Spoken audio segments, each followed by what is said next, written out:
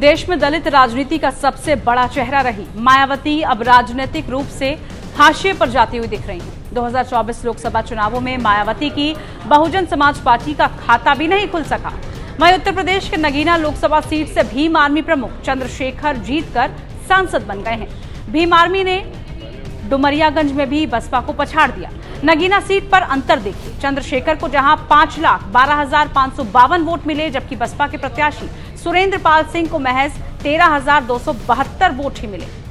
मतलब साफ है कि जिस जाटव वोट को मायावती अपनी मिल्कियत समझती थी वो खिसक चुका है। चंद्रशेखर का बेबाक तेवर अब दलितों को पसंद आ रहा है।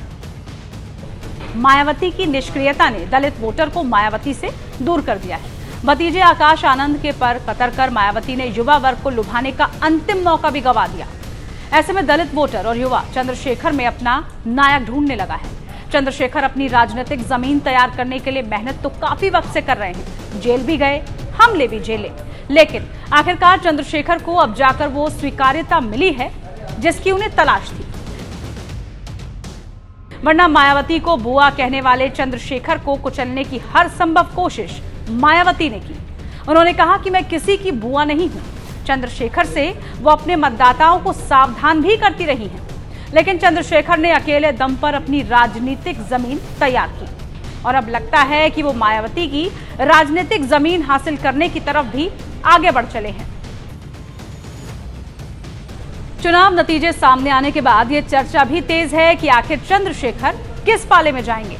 चुनाव से पहले इंडिया गठबंधन में जगह नहीं मिलने पर चंद्रशेखर ने अकेले दम पर चुनाव में उतरने का फैसला लिया।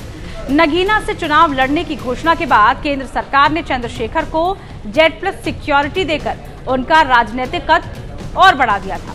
ऐसे में अब चंद्रशेखर किस गठबंधन का दामन थामेंगे, ये देखना भी दिलचस्प होगा।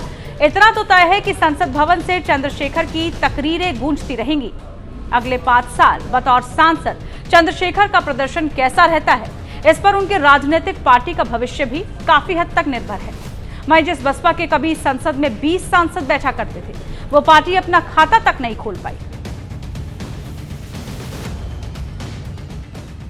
ऐसे में दलित राजनीति के नए नायक के तौर पर चंद्रशेखर के उभार का गवाह भी ये चुनाव बना है।